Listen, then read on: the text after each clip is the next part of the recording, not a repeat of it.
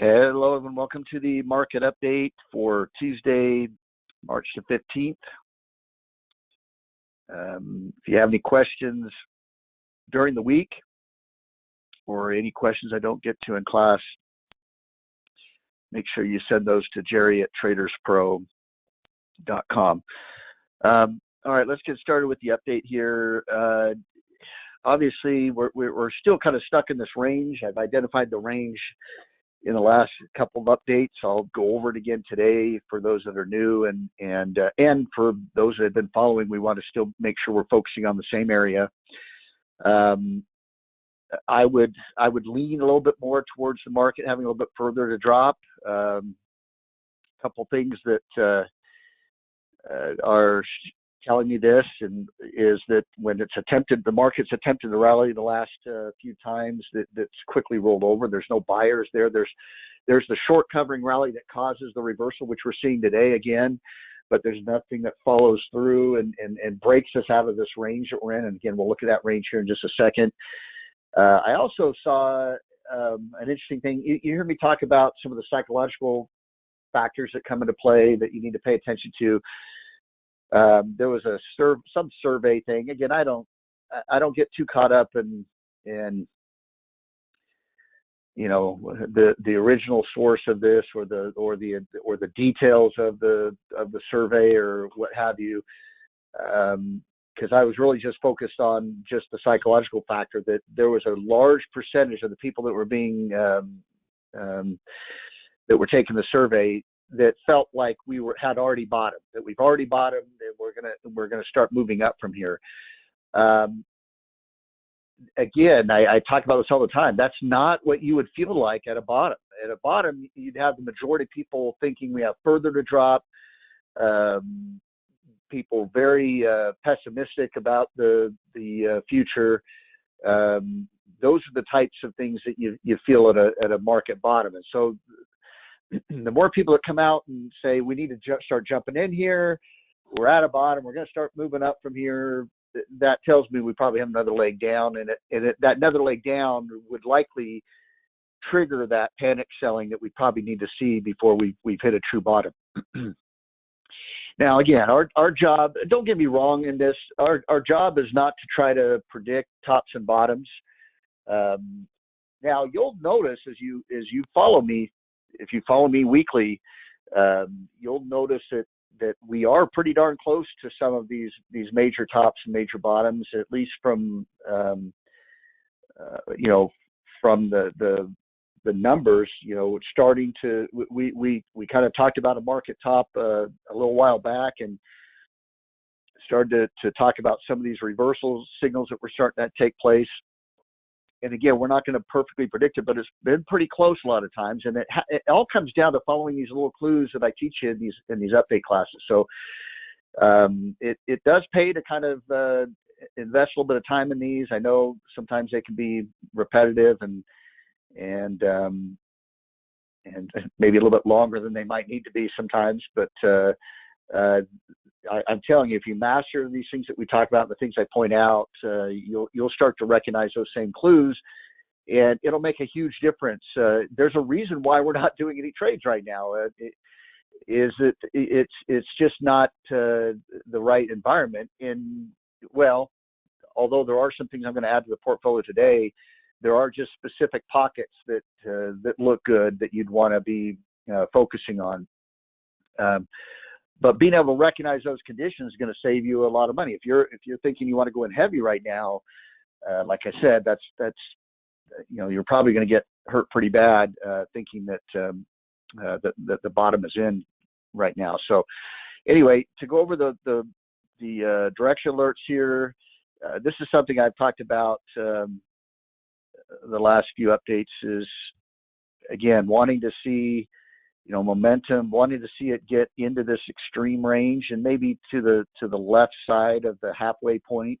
Doesn't have to get all the way to the far left side, but at least in this range right in here, you'd like to see. That would really indicate a possible near-term bottom. Now, maybe it just bounces off of that. These indicators aren't necessarily going to predict the exact bottom, but they can tell you when things are extreme and that you could maybe at least get a bounce. And a bounce sometimes within a downtrend could last a week or two or something like that. So, because we've gotten back in during this downtrend, we've gotten to this far left side of this extreme reversal risk. And we did get a little bit of a bounce in the market. So again, this is not going to tell you where the bottom is, but it can tell you when you're getting those conditions of a bottom, when you're getting that fear and getting that into that extreme range. That's why it's labeled extreme. You're an extremely oversold in this case. We did reach it. Is the S&P chart. We did reach it on this bottom right here. We got into this extreme range, and like I said, we got a little bit of a bounce out of that before it rolled over and went down. So, but I'd like to see that here. I'd like to see us get into that range, and that would give me a little bit more confidence that we're getting closer to that bottom. Brett, same thing. We're in a bullish reversal risk area, but we'd want it to get over again to that left side of that. The middle point of that extreme reversal risk box. And if we break below these levels, I'm going to show you on the S&P here in just a second, we should get into those levels pretty quickly, I would imagine. Sentiment, we're backing up a little bit. We're getting to the halfway point of the high. It's still pretty high complacency, but the goal here is to get a sell-off that gets us into this trending box. We're not expecting sentiment to really get into the fear area, just because it could. I mean, that sentiment can change very quickly. You can go from complacent to fearful pretty quick. So that's definitely possible. But as much as this has held up, the complacency has held up. I'm just kind of seeing if it get into that trending area, along with these other indicators, with breadth and momentum getting into that oversold area there. Again, I go back to this though. What's bothered me about the sentiment indicator is that it's been so elevated. It's been so high despite some of these sell-offs. And when some people are talking about there being fear in the market, I'm not seeing it in some of these indicators that to the level that you would expect it to be at near a major market bottom. And so that's always going to concern me. That's why these indicators are here. I mean, they're here to kind of they're here to cut through some of the crap you hear on CNBC. There's everyone that comes on there all day long with different opinions, and half the people are talking about the market going up, half the people are talking about the market going down. And if you don't know what you're looking for, if you don't know, if you can't see what's actually going on, what the actual trend is, then it can be very confusing. I can see why people throw up their hands and say, I don't know who to believe or who to trust or who to follow. We're not trying to follow any of them, to be honest with you. We just want to, focus on what the chart's telling us. In this case, what are the indicators telling us as far as how extreme things are getting. This sentiment indicator is still not, I'd like to see it get down here to that green area, maybe even below that green area. That's kind of your buy signal down there, marking that extreme oversold condition. The buy sell ratios, we are seeing a little bit of a widening here, but not extreme. This would be a little bit more extreme. So we do have a little bit further we could go as this thing widens out. And then I talk about this a lot. This is the buy sell ratios of all the tradable stocks out there. We'd like to see it get above 1 before we start buying too much in the portfolio or buying too much in general. And we're well below 1 right now. 1 is right up in here if you're not aware of where that is. This is not going to be a straight line, but that's pretty close. Not too bad. We still have a little ways to go before we want to be adding too much from our list that we go through. All right, let's get to the chart. Let's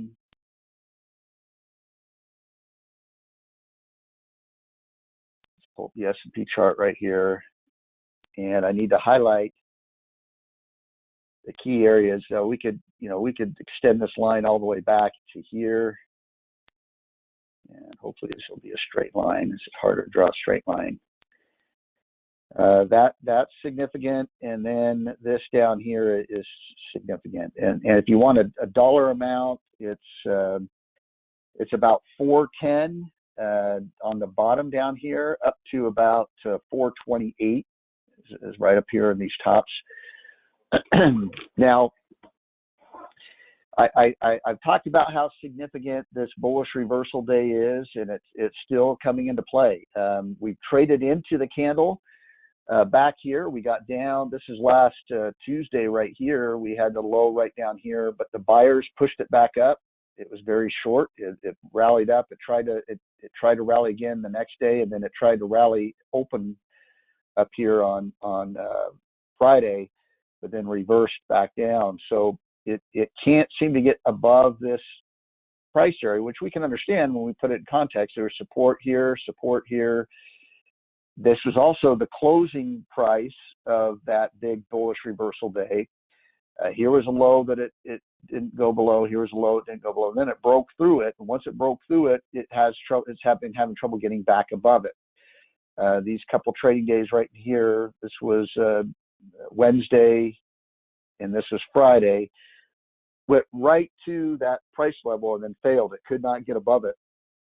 And then on Friday's move, yesterday it sold off again, but notice where it sold off to. It sold off to this previous area right down here. So we can see that the buyers are still very strong down here.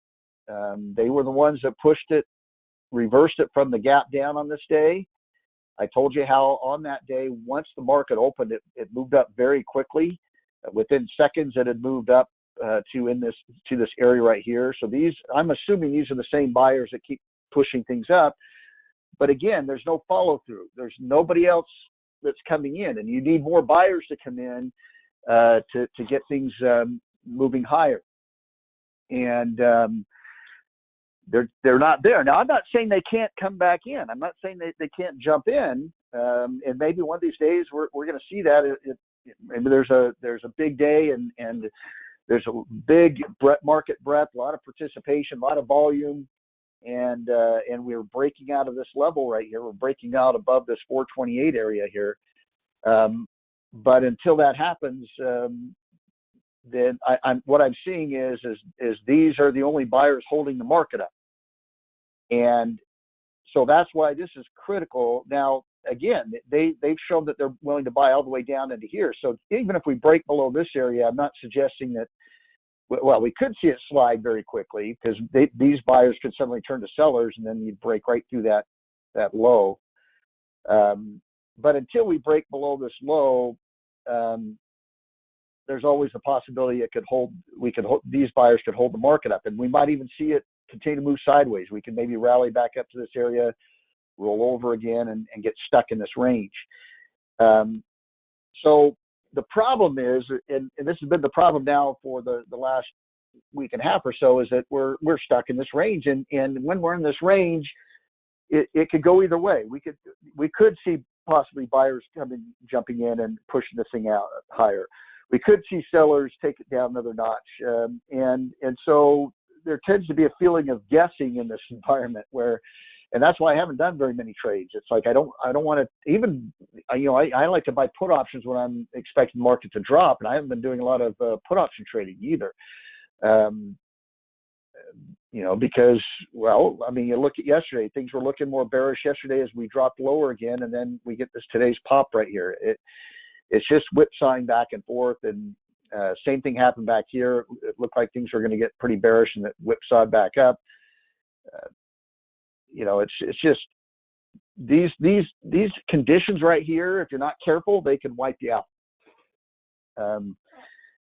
If you get too aggressive in those types of conditions right there. So anyway, those are the key spots we're looking at, and it really hasn't changed for the last couple updates.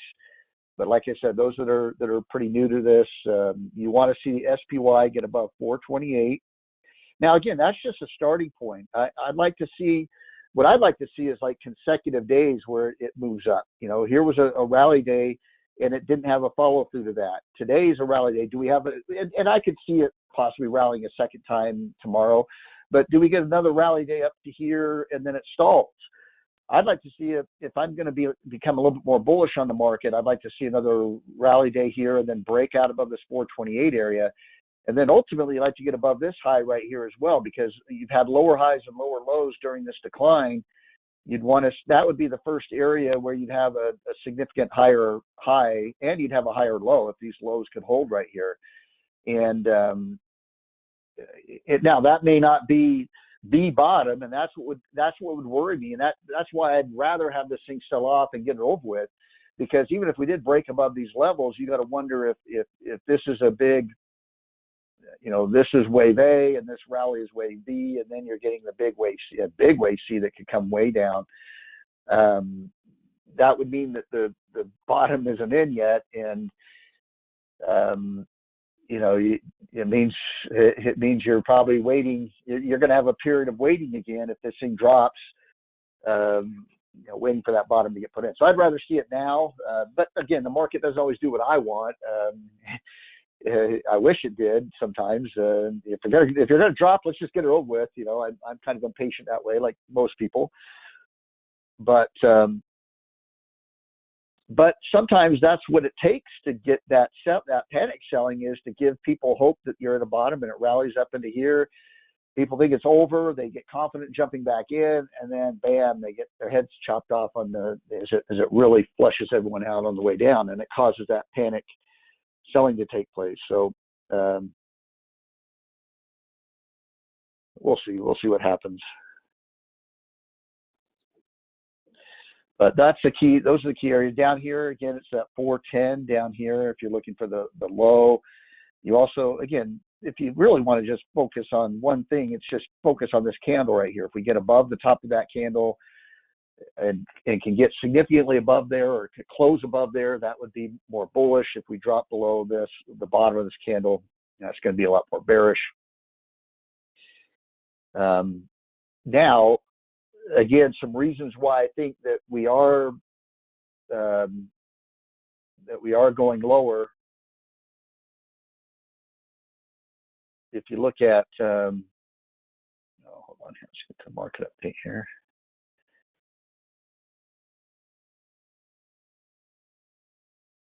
Now the Dow's not much different than what we've been talking about, but the NASDAQ, the Qs, had a significant move yesterday. Yesterday, we did trade below that bullish reversal day low, barely, but we did go below it. So it's already broken that, and it's trying to rally again today. But it tells me that the portion of these buyers right here that were buying tech stocks, they're getting weaker and weaker. So definitely the tech sector is looking very vulnerable, and it's kind of leading the way. Now remember, tech is a leadership group. It has typically been leading the markets for the last couple decades. Tech has been kind of the leadership group, and the fact that it's broken below that low, that tells me that it's likely coming. Now again, this could try to rally for a few days or something like that. But I think it's going to roll over and end up going down. I think that was a clue or a forecast of that taking place. The fact that the NASDAQ dropped below that low right there, it showed you that the buyers weren't there to push it up off the lows. They weren't. I mean, we closed basically at the lows of the day. They weren't even strong enough to push it up enough to give you a little bit of a tail right there, and that's not a good sign. Okay.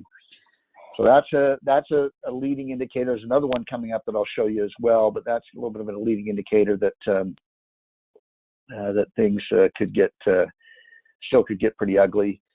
You can see with the Qs, even with that selling, we're not even in the extreme reversal risk box. We probably want to get over here to that left side of the halfway point right in here, and we're not quite there yet. But again, a break below that level should trigger it, should get you there pretty quick.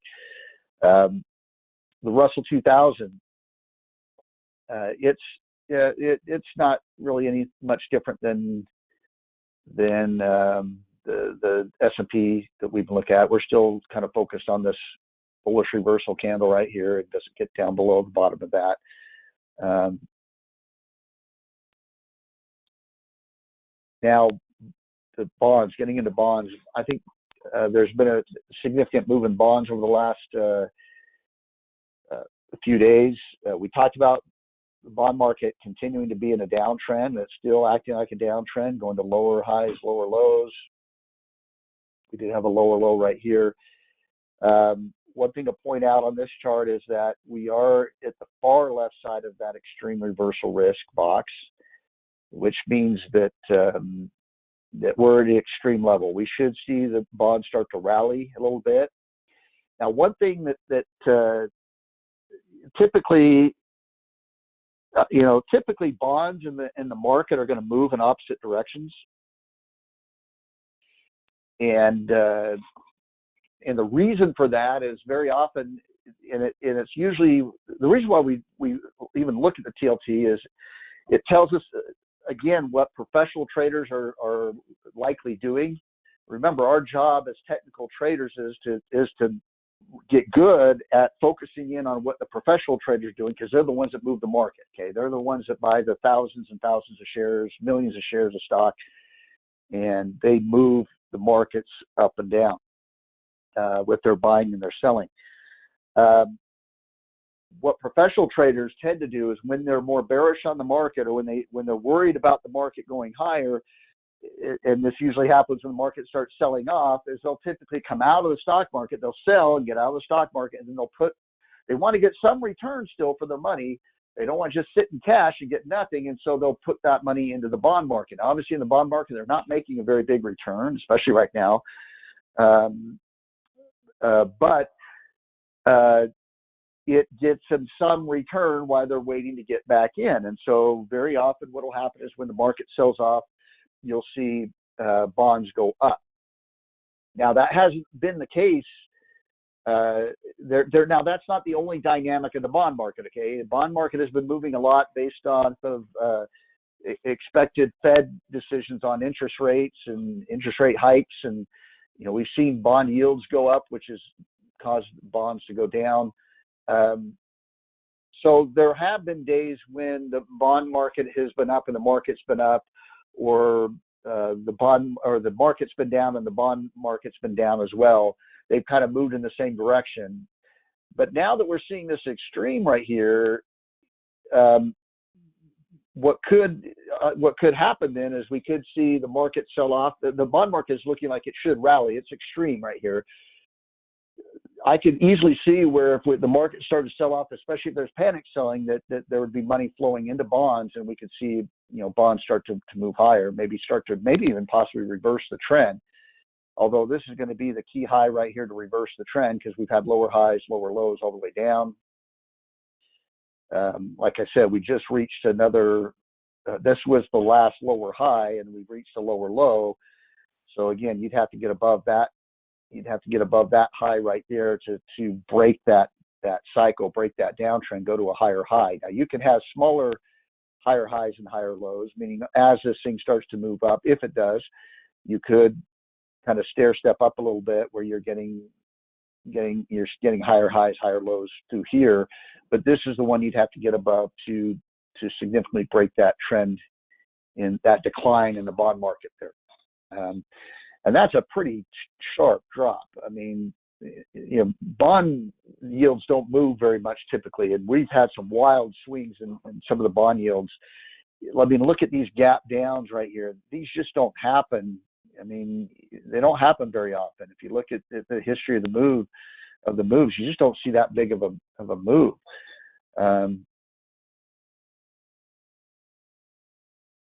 So now there is the Fed decision tomorrow, and that'll be something it'll be interesting to see. Do we see bonds rally off of that Fed decision? I mean, the consensus right now, which was basically brought out last week, is that they are going to be raising rates. It looks like it's going to be just 0.25%. And then they're going to kind of wait and see what happens. I think that's what the market's anticipating. Now, again, it could be more than that, and that might freak the market out. I just don't see them not doing anything with all the all the expectations they've already kind of signaled to the market coming up to this. They try to already warn the market of what they're trying to do without. Well, actually, he did come out and say it last week that they were going to raise. So if they didn't, that would really freak the market out, probably as to why they're not doing it. So, or that they're way behind the curve if they don't do it. So anyway, I just don't see tomorrow being as dramatic as it was going to be until we had that announcement last week. So, but we'll see. We'll see if this triggers something in the bond market. But that's something I want to just point out to. If you start seeing that sell-off in the market, you start seeing that money move into bonds. We could be back to seeing that relationship again, and maybe see bonds. If we have a significant move lower, maybe see bonds have a pretty good rally from here. Gold has come way back down again. I talked about this last week, how when you get these parabolic moves, they can also often come down as fast as they went up. That's kind of what's happening. Although you have a little bit of a bullish reversal candle today, although we had one right here that didn't hold up, that kept going lower. So I'd probably stay out of. I wouldn't want to be long gold with that type of a move, because the part of the problem is you remember the characteristics. I go back to the kindergarten stuff all the time, but the characteristics of an uptrend is when you're in an uptrend, you're stair-stepping up. So you get an impulsive move up, and then you get corrected. You get an impulsive move up, and then you get corrected. That's a good sign of a nice, healthy uptrend. When you get back-to-back impulsive moves in the opposite direction, it often signals a trend reversal. So if you get impulsive up followed by impulsive down, it doesn't always mean you're getting a trend reversal, but that's the early warning sign of a possible trend reversal. Then if you try to rally back up and it's more choppy, then usually that's what happens in a downtrend. You're getting the steps within the downtrend. So what I would look for here on gold, the reason why I wouldn't be jumping in to gold right here, is if it tries to rally but it's choppy or stagnant, it probably means that you still have further to drop. And so you already can see you have impulsive up, impulsive down. Now, sometimes you'll get impulsive up, impulsive down, and then get impulsive up again. It'll take off again. But I'm telling you the probabilities. There's always the rare events that can take place. But what are you gonna trade? Are you gonna trade the rare event, or are you gonna trade the probabilities? If you're gonna trade rare events, you might have more fun in Vegas, because they'll comp you a room and give you free drinks while they take all your money. Here in the market, they'll just take all your money. So let's try to focus on the higher probability outcomes and expectations than focus on the possible moves that are low probability moves. So that would be my soapbox moment for today. But that's what I would worry about here on gold. The gold has come way down off the highs. Same with oil. Oil's come down off the highs, and so that's another thing to keep an eye on. Now, oil, it wasn't as impulsive. You had a little bit of a pause right into here. So I'm wondering, and on some of the oil stocks, it looks like they have, that's kind of wave A, wave B, and then this is kind of a wave C. There's a lot of oil stocks that have bullish reversal candles today. Now, I did make a list of a few that I might jump into with the portfolio. I don't want to get too aggressive. Obviously, I've talked about that, but on some of these, I think there's been a big enough pullback.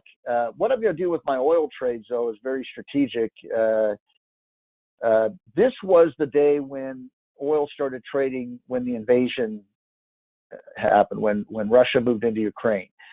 So basically, we had the big spike, and then we've come all the way back down. And really, at the lows of today, we were right back to where the market was during that invasion. What I'm going to do on some of these oil trades I might be getting into is I'm going to get in. Again, I'll take a look at it again, because obviously I want to see how that candle is looking as a bullish reversal candle. But I'm going to get in. I'm going to put a tight stop in right down below, either below this low or below that invasion low. And if we are going to bounce right here off of that, great. If we don't and we slide back below it, then I'll just stop out. Now, this could be impulsive up, impulsive down. So it might be that this is just wave A right here, and you get a bullish reversal candle, and maybe that's wave B, and then you get wave C, and it may be that we only get a little bit of a move right here. But I'll be looking for that. I'll be looking to see if we can rally in oil. Now, part of the reason why I don't want to get too aggressive here is that I do feel that if the market goes lower, the oil would go lower as well, especially if there's panic selling. Typically, when markets really get panicky, everything sells off. But that's why I'm going to have a really tight stop, and I'm only going to have a couple positions. So if we do get a rally, or if it does start rallying back up again, then I've caught that move, but it's not going to hurt me too much if it rolls over. Because even if it starts selling off, you've had the big bulk of the heavy selling right here. I think if it dropped lower with the market, it would be smaller increments. Not, it would allow me to stop out with probably pretty reasonable losses that I can handle there. Okay.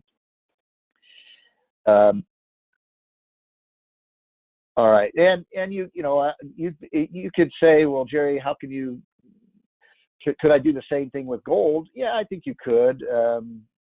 Like I said, this looks a little bit more impulsive to me than that oil chart, and with some individual oil stocks I've been looking at, and I'll show you the oil stocks. They look like they have a little bit more of a choppy pullback. But you just have to manage if you're, because you could get a bounce in gold, and then it could maybe roll over. It could go back up. I just like I just feel like oil. I just don't see the only thing I could see is reducing the demand for oil is if we start getting signals of a sharply slowing economy, which we could, and those could start coming out. We have gotten a few that are showing a slowing economy, but the oil supply and demand of oil doesn't change overnight, and the demand created by the war and in the reduction of oil from Russia is, there's still factors there that are probably going to keep energy prices elevated. And if not, they start really going lower, I'll get stopped out, and it's not going to hurt me too bad. But that's really the only area. That and aerospace are the only two areas that I would be a little more bullish in right now. And even with some of the aerospace stocks, they look like they could pull back a little bit further. So I'm not looking to jump into any of those just yet. Let's see here, just a second.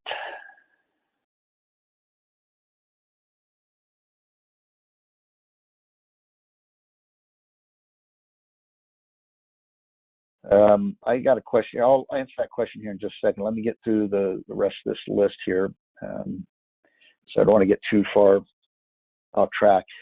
The dollar, this is something I've talked about in the last few updates, is I was worried about the commodities and the dollar moving in the same direction, right? Typically they're moving in opposite directions. When commodities are rallying, usually you're seeing the dollar fall. That's more of a healthy relationship when they're moving in the opposite direction. When we are seeing extreme moves, we had oil going parabolic, we had gold going parabolic, and we had the dollar going parabolic.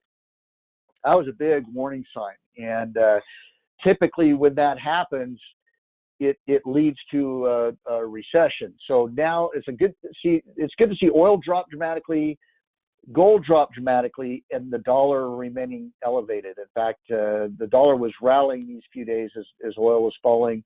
It's been a little bit sideways right here, but the trend is still holding up. The uptrend is still holding up on the dollar, and that's a good sign. That's a good sign that relationship is back, at least in my opinion, because typically when you're seeing them, again, all move in the same direction, that's a little bit of a warning.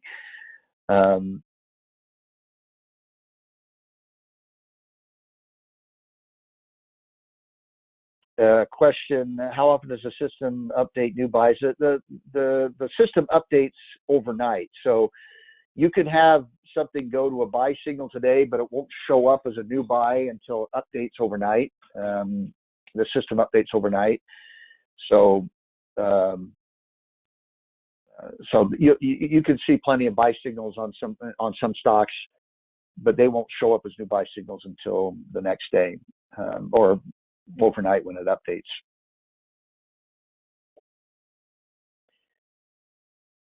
All right. The VIX. Now, one thing that's interesting about the VIX is that it a lot of times you'll see the VIX spike and then it comes right back down, and it kind of spikes at the extremes and then it comes right back down as the market rallies off of those extremes. Happened right here, spiked up and then came right back down. What we've noticed over the last week is the VIX has spiked, but it's remaining elevated, and it's not showing you. This is the tradable. This is the ETF for the VIX, which is the chart that we can pull up here on Traders Pro. But if you have another charting service, if you type in VIX, it'll show you a chart of the actual VIX. The VIX has been above 30 now for well over a week and a half or so. The fact that it's staying elevated like that is another one of those bearish signs. It's not coming back down. The market's trying to rally. It can't.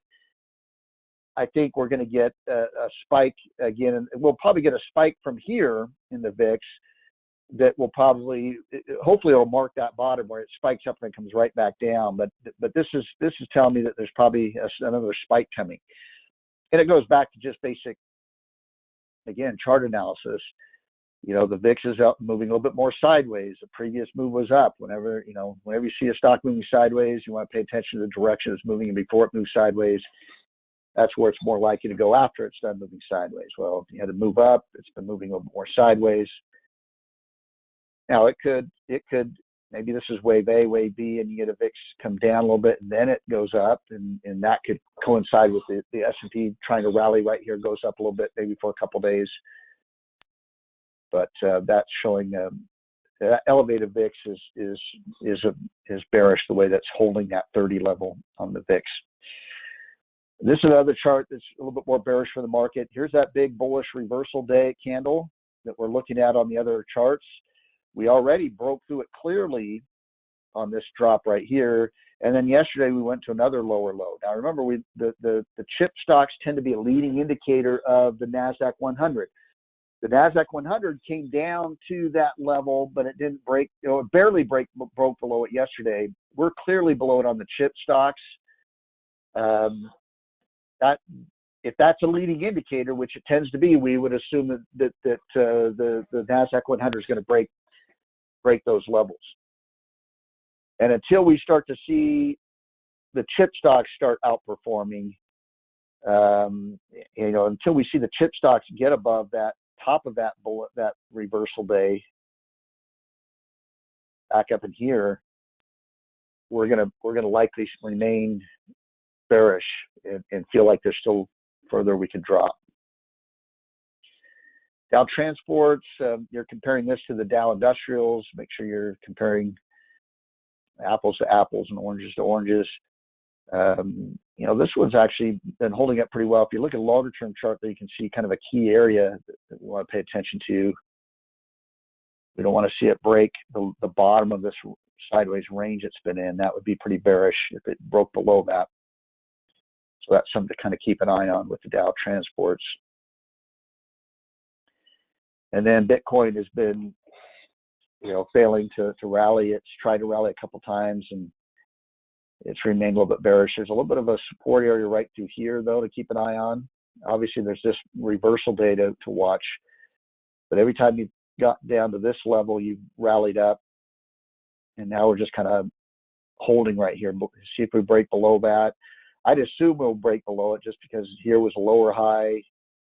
You got this kind of descending triangle. But and again, it's hard for me to believe that if the market were to sell off, you would see Bitcoin kind of follow with that as well. well, there was a question a little while back of, okay, if we do break this low, where do I think the market would fall to? Well, you just have to go back to the next support or resistance area. Let's see if we can see one here on the 1-year chart. Yeah, it's down probably about, the next key area would be down here about 406. Now, if this has been a significant reversal point and we break below that, I don't know that this 406 here, that might be a little bit too shallow to reverse, meaning you'd probably want something a little bit bigger than that would create a little bit more panic. I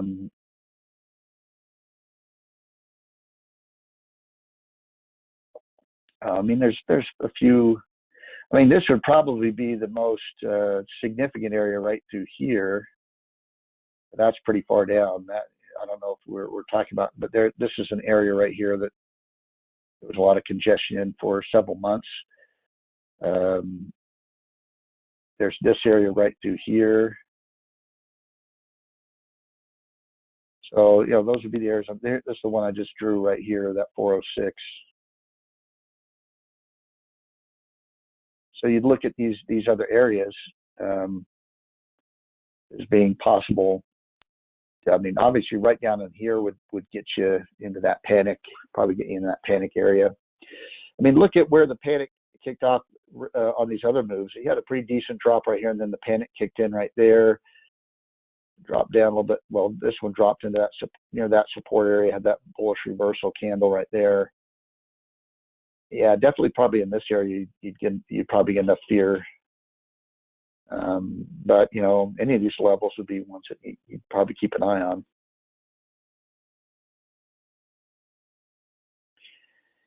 And what I tend to look for, by the way, is those days when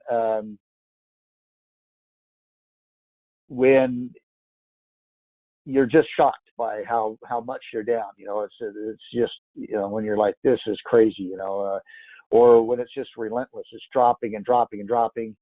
You know, it used to be, you know, the Dow being down 800 points would be that level of freaking out, but we've seen the Dow down over 1,000 points a few times and rally at you know, 800 points and stuff. So you're probably looking at the Dow being down over 1,000 at least, maybe even like 1,500 or something like that, or 2,000 points.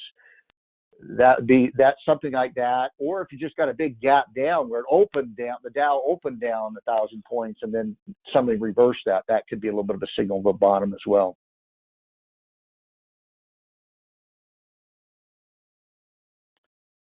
Question: these are daily candles. When you actually trade, what chart candle range do you then use? That depends on what type of, you have to determine your trading time frame for that. Traders Pro is designed to be a trend following software. It's designed to be it's not designed for day trading or short-term trades.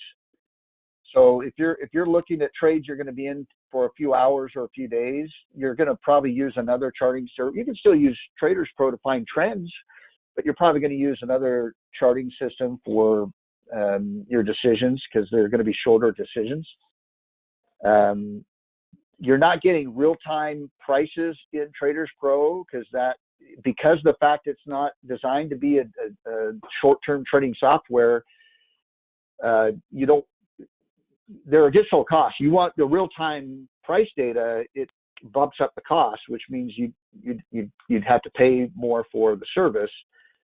And when you don't need real-time data for your longer-term trades that you're getting into, your investments and your longer-term trades.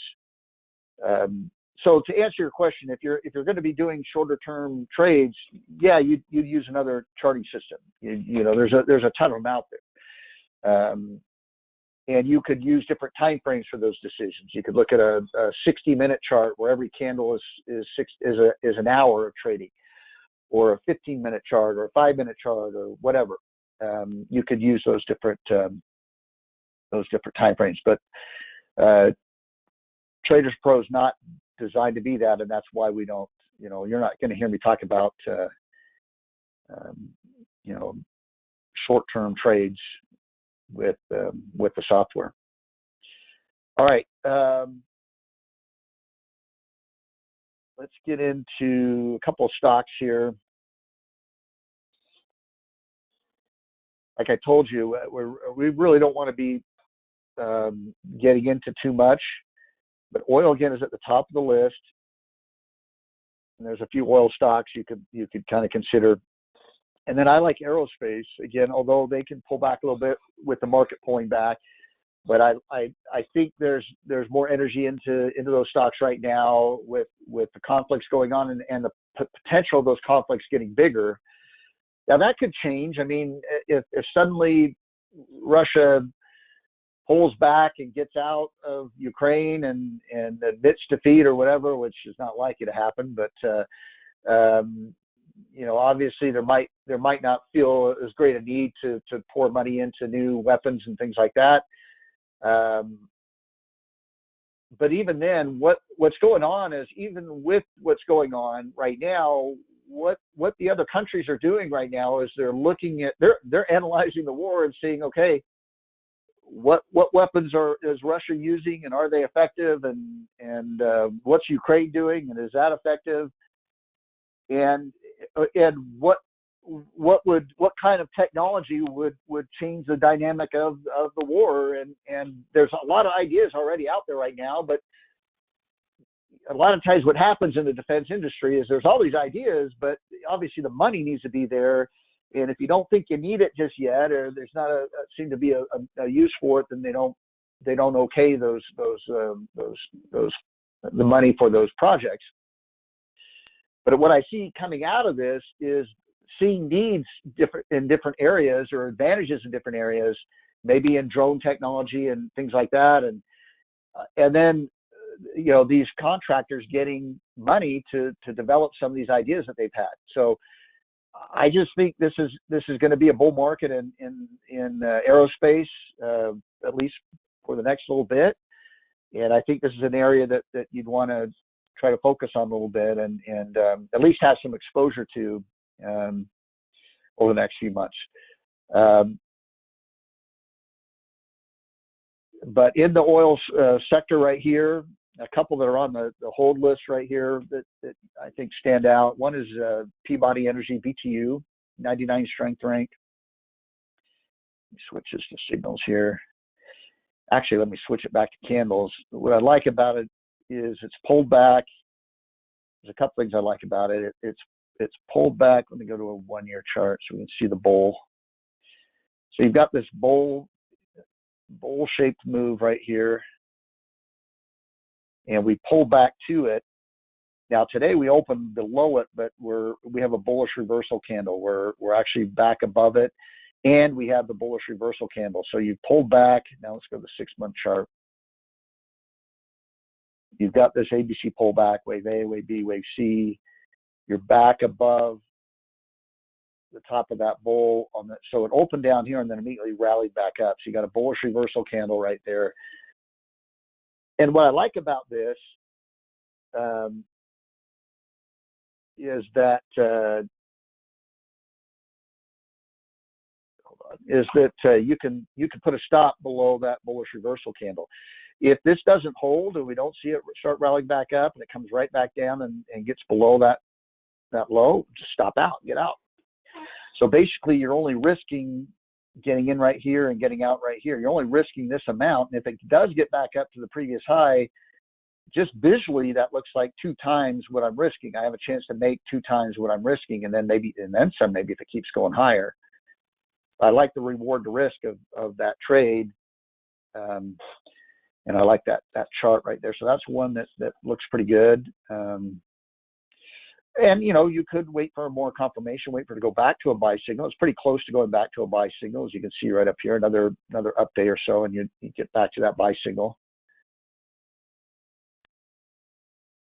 But if you know how to read the candles, sometimes you see me do it in the portfolio where I don't necessarily wait for the buy signal because I really like the bullish candle, or I like the candle for that, the price action for that day.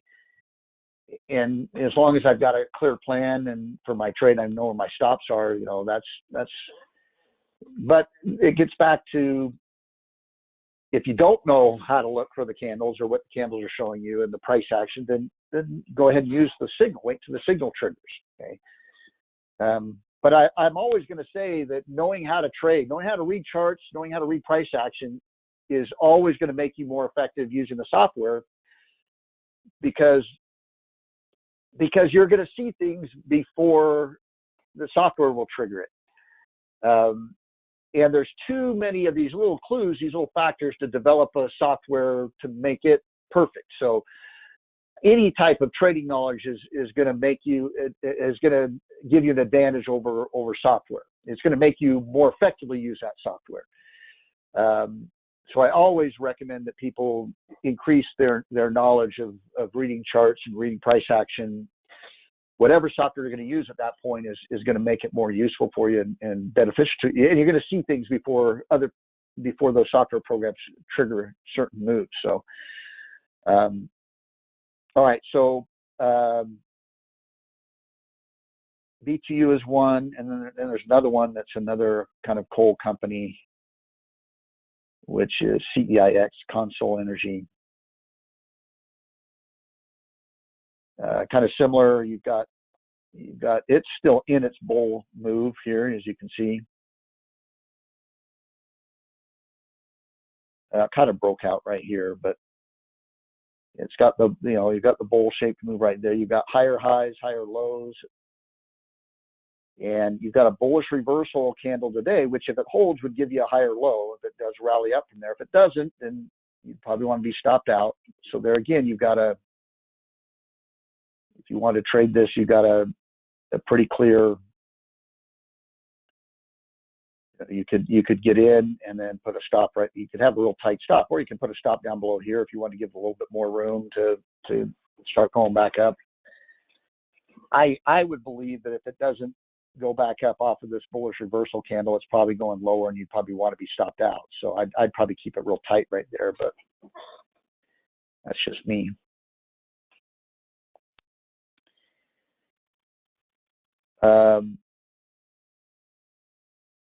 Now, as far as the aerospace stocks, I went over these, one of the classes. I even added a couple more into this list, but these are the ones right here that I at least have in your watch list. These are the main names. I'm not saying there couldn't be smaller companies but these would be a good starting point right here. Northrop Grumman, NOC, Lockheed Martin, LMT, L3, LHX. Well, it looks, they merged with somebody, so it's L3 Harris. It used to be just L3 was the company, but LHX, General Dynamics, GD, and then Raytheon, RTX. Now, the reason why I'm not going to jump into any of these today, I think it's Raytheon that had the best. This one had the best chart where it pulled back to that breakout, or dipped a little bit below it, then had this bullish reversal candle right here. I could put a stop down below this area here. Problem is, I don't like the price action today, and a lot of these other ones charts look like they could have one more move down. For instance, to give you an example,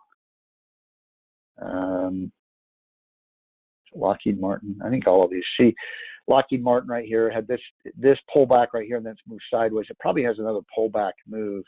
It probably needs to retrace a little bit more of that rally up there. Maybe get that wave C that comes down. And there's a lot of them there. There's a few other ones that are like this. Maybe I can pull up one more. I think General Dynamics is one of them.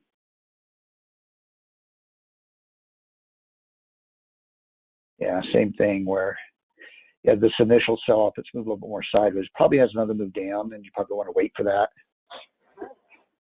So I'm holding off on all of them, because even Raytheon,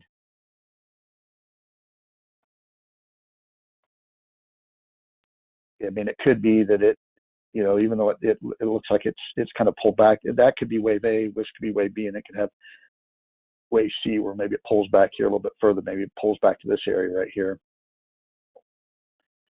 So I'm not going to be jumping into any of those, but they are ones I expect to be trending pretty nicely.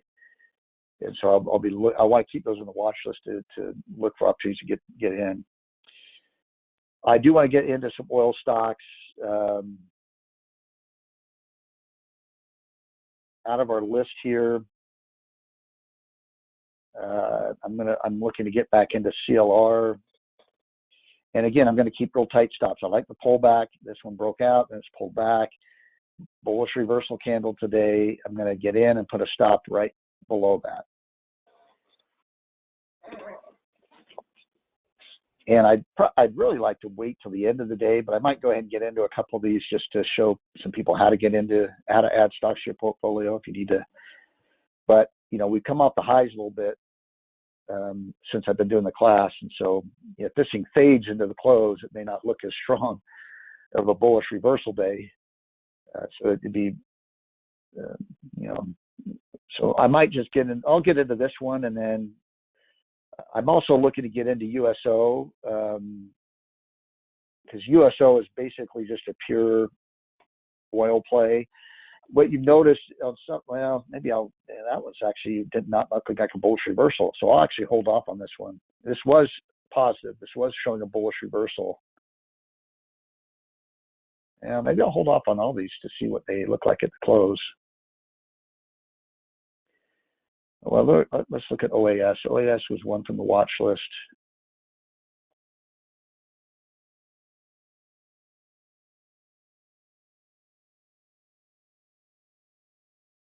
Yeah, it had a nice bullish reversal candle right there. So I'll go ahead and I'll do that one.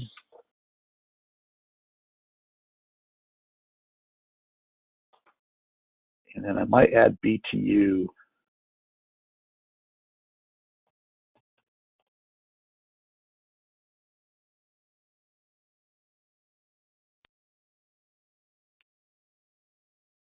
A stop down below today's low, which was $18.57, so about $18.50.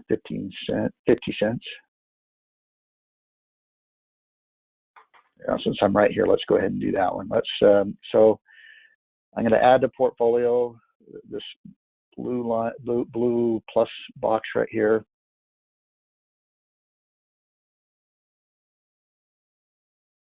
It'll ask me what portfolio. I'm going to add it to the stock specific class portfolio.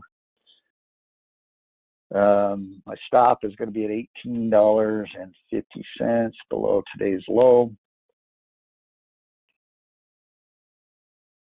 I did 100 shares. It won't be too. I usually try to have about 8 to 10,000 in each trade, but I also look at the percentage of portfolio at risk. I don't want that to get too much above 1. It can get up to about 1.25%. I usually like to keep it around 1%.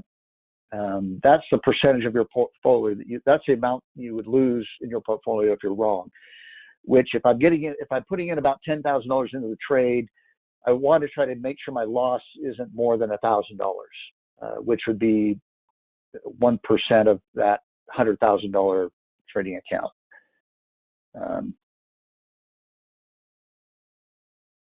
So obviously I can do more than 100 shares.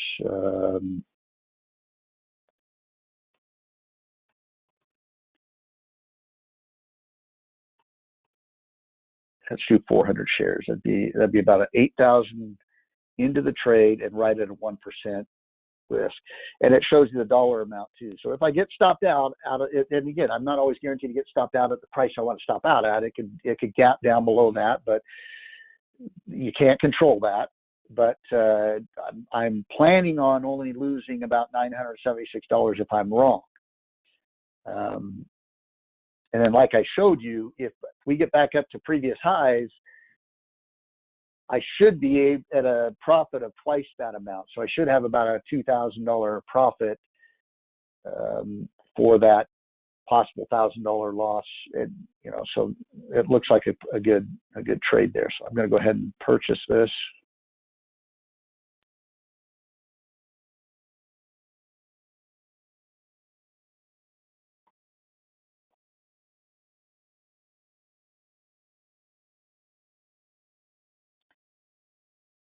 Question: it seems like the portfolio is not designed for options. No, it's not. We're not doing option trading. Now you could, but you're like I said, all of these I'm looking into the trade for a few weeks or so. So if you're going to trade options on these, you could go out further on those, but you're not going to be able to track options on the portfolio page. So you could create your own little, and there's some brokers have paper trading accounts that you can use that to track your virtual trades and things like that. This whole software is not designed to be an option trading software. Now you could incorporate it, but typically option trades are going to be real short term. You're usually, the way I trade options is I'm only looking to be in the trades for a couple, a day or two, maybe 3 or 4 or something if I have to, but they're very short term. And the software is not really designed for that. It's designed for trend trading, where you're going to be in trends for a while. So yeah, the whole software is not set up for pure option trading. But like I said, you could option trade these charts, but you'd probably want to have a little bit longer time horizon that you're trading, and probably means you're going out a month or two on your option trades and time.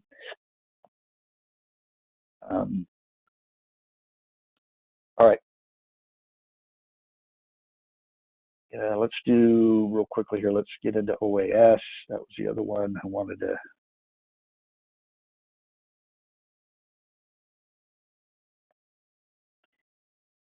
And I'm going to put a stop in at 132 on that one. All right, so if I got 100 shares, I'd have 14,000 in the trade. That's too much. About 75. Let's see. 60 shares, about 8,000 in there. Now my portfolio at risk is really small. I'm only 0.5% risk, which is fine. I have a tight stop on this, so I would expect that could be pretty low. Let's go ahead and place this trade. And I'll see about maybe adding CLR at the close. USO, though, I think I'm going to hold off on. Maybe I'll wait another day or two on that one to see if it shows a better reversal. All right, that's all I have for now. Have a great week. If I didn't get to any other questions, make sure you email those to me during the week. I'll be happy to answer those for you. And we'll see you on Thursday for the stock specific class. Bye now.